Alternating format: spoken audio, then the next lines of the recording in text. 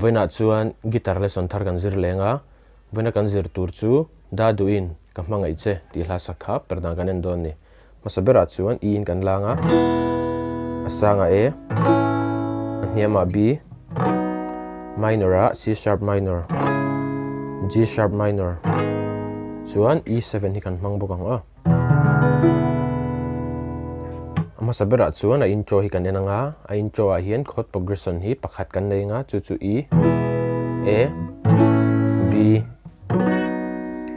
tiang kan strum ang a chord a bula changa top thleng hian strum dan ngain kan strum don ani ti hian down up step ti khano down up step ikut khatian ti la down up chuan step chunga hian heta ta hin rin al jok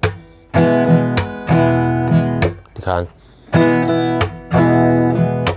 down up step ti khan masabera chuan E a down up step ka voi ni kan tiang down up step A a voi khat down up step B a voi khat down up step kan repeat liang E changin down up step A a voi khat down up step B a voi khat kan strum thlatopang ti khan voi khat kan play chaliang down up step down up step down up step down up step down up step down up step down up step down ti khan chuan a versa kan lutang a versa hian chord progression hi pahnih kan nei ang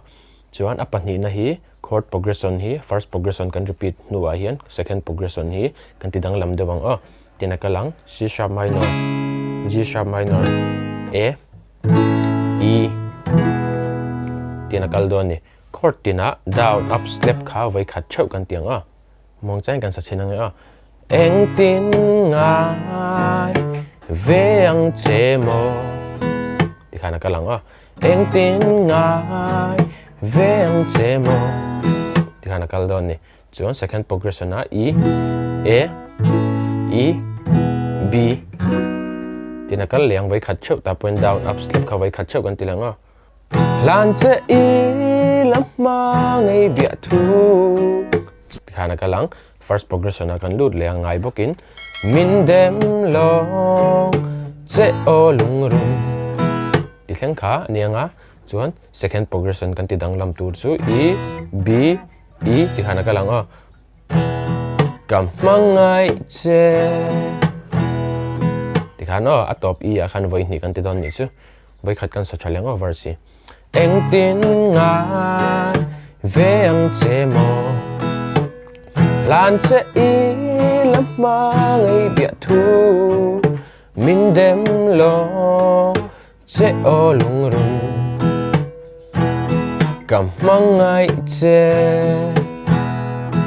ti khana kalang a chorus a hian kan dut nga langa chorus a hian chord progression pahnih kan nei nga masabera chuan A B E E7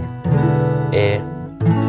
ta hi chuan chord tina down up step hi voi ni kan tiang tina kalang first progression chu thin lai ru ka eng dang ka do na khan E7 eng dang ka do ngai lo tina kalang second progression chun A E B E tina kal leng nang tapo hian chord second progression na point down up step hi voi ni chau kan tileng nang chau ka vei chin che ti khana kalang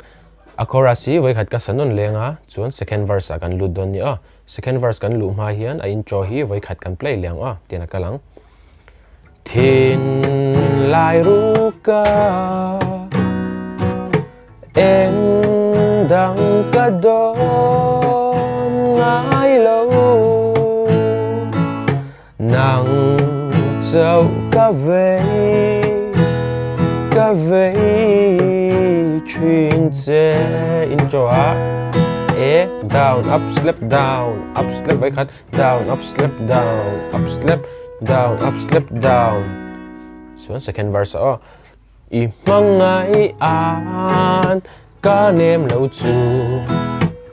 lung ti oi tuan om si lâu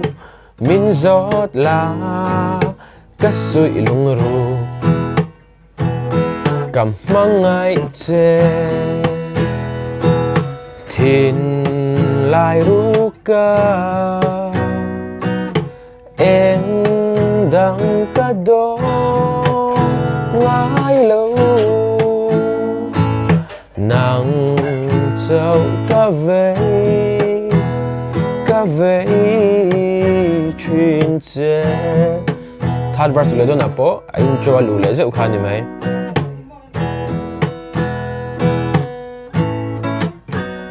thad verse akan lu thei dikhan ariang hi min dem lo la tikhan angai bu kinakal leang ole khatizong kha tun tuma guitar lesson kan zir thei chuni sela heke video chai tia hlawkpui nei lo nei ve ni chuan khongen mi lo like in mi lo subscribe ve don nia guitar lesson chatak tak tanen lepeka kan ti ho le don nia